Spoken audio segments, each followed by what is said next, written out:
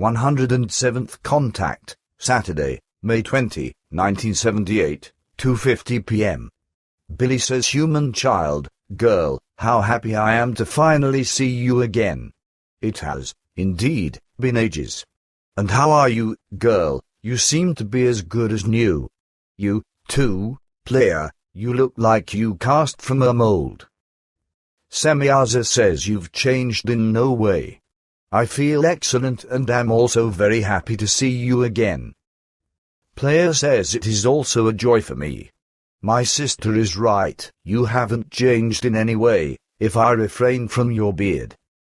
Billy says, don't you like it? Pleija says, oh, yes, you look magnificent with it. You look exactly like in previous times, only your facial hair must be a little longer.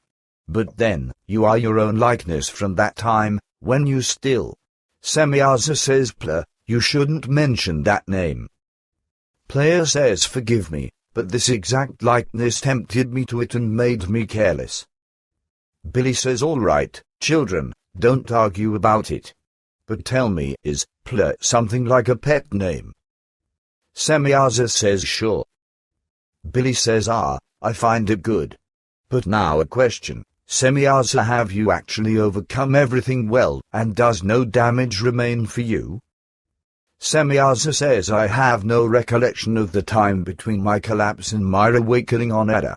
Only through Quetzal and Father have I found out everything. It was very bad, but now, all is well again. It's just that I will never come back into the center anymore, so in the future, you must, unfortunately, drive very far again, before we can meet. Billy says, I understand, and thus, I'm also not angry at you. I am just very sorry that I couldn't prevent the events at that time. But it will certainly be a lesson to all, that no one makes such a blunder again. Semyaza says, sure, but assure Jacobus that I preserve no discord against him regarding his wrong action. I know from Quetzal that has hit him hard, and that henceforth, he will no longer act thoughtlessly in such a way. Billy says the elf will be tremendously happy about that. Probably also an entire truckload of worries will fall from his heart. Semyaza says he shouldn't make too great thoughts for himself about the incident. The same could have also happened to all others. It is important, however, that in the future, such dangers are no longer provoked for us. Billy says surely no one will do that anymore.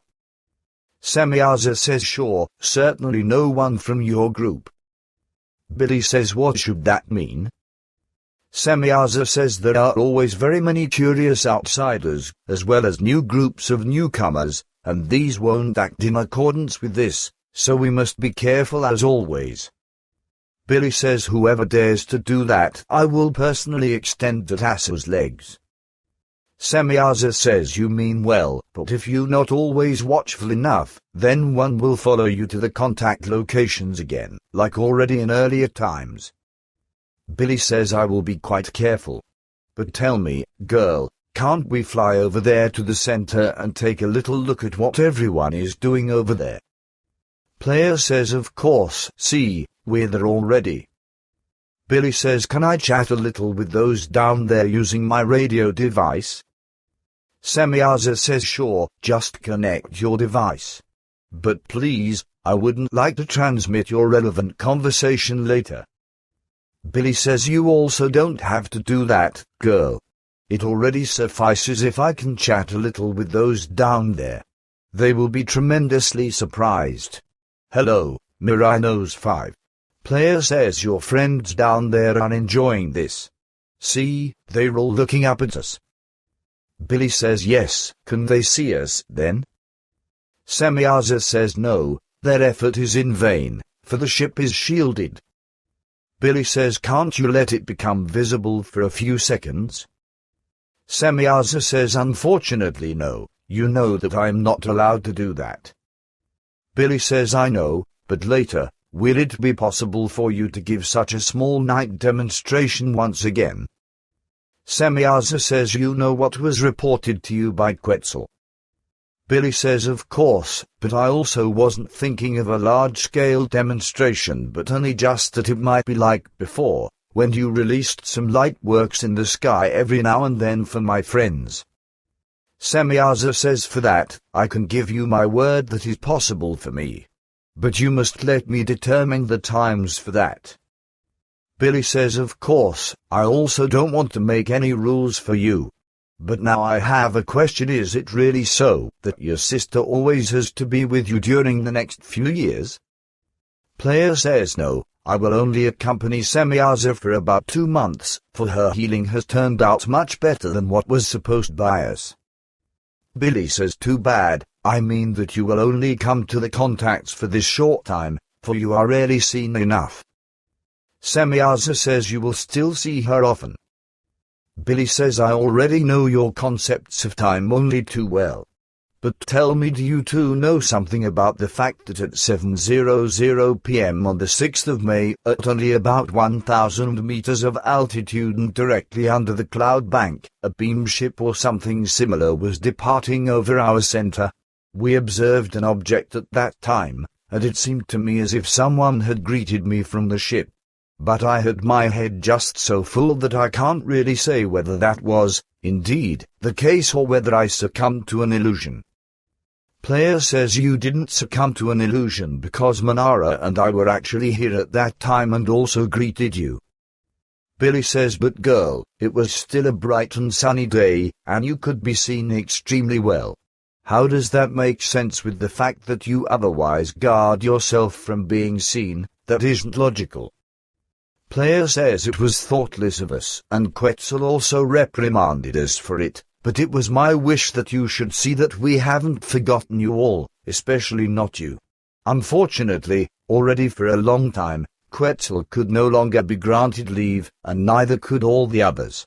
The reason for this is that all were in full and constant use, in order to remove the intelligences of Giza, who desperately made all attempts to escape us.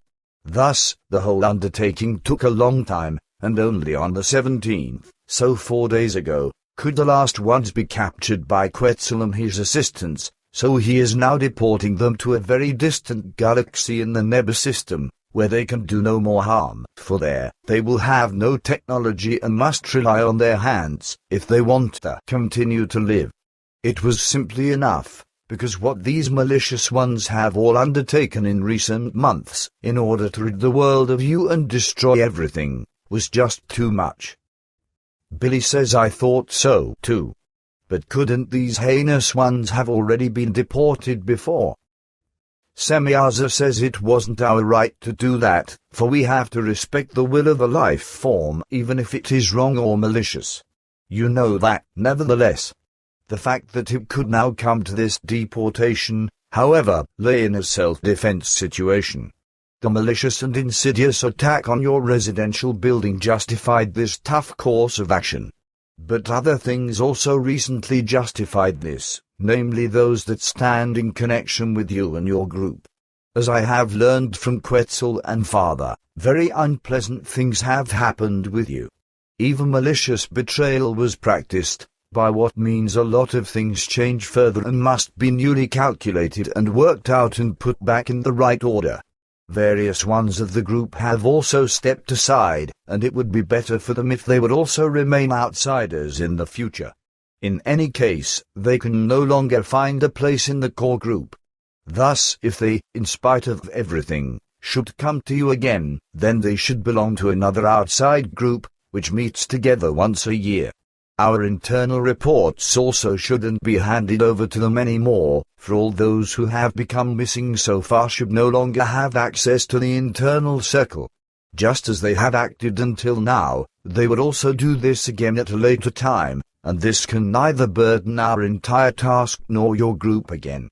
In addition, there are still other serious and objectionable things, so for example, that you have neglected your entire work to such an extent that you haven't complied with a single one of your necessary teaching-related works, whereby everything becomes delayed again for many months. What you ever imagined with your neglect is very puzzling to me. This is a behavior of yours that is totally foreign to me. Sure, certain events of a rather unpleasant nature have afflicted you very much, and because of this, I feel much sorrow for you. But that you neglect your work in such a bad way, this has nothing to do with that.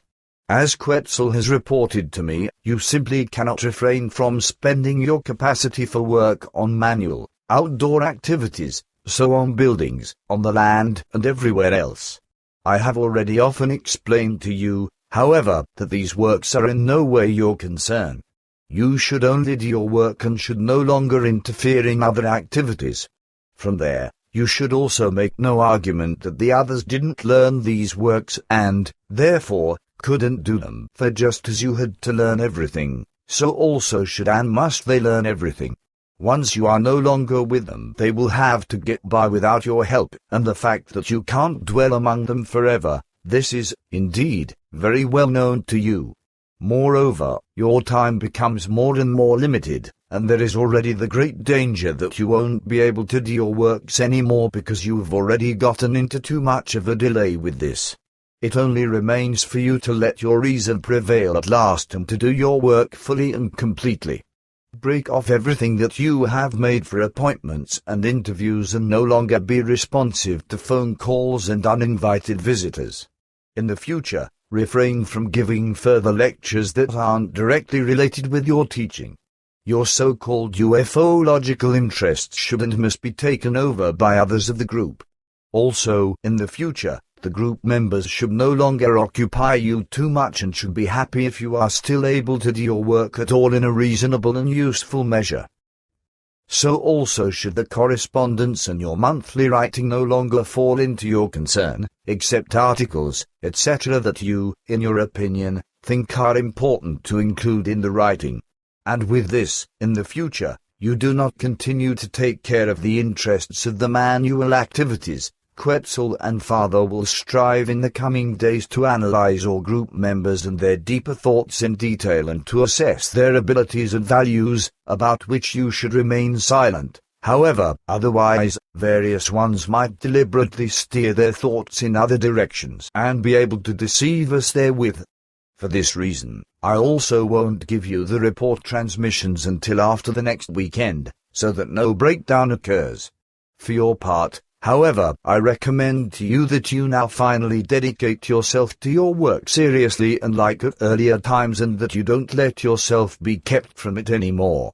Should you not do this, however, then you force us into a self-defense action, which would mean in this case that we would have to break off all contacts with you, and to be sure, for so long until you remember your duty again, take up your work seriously again, and no longer let yourself be distracted by anything trivial.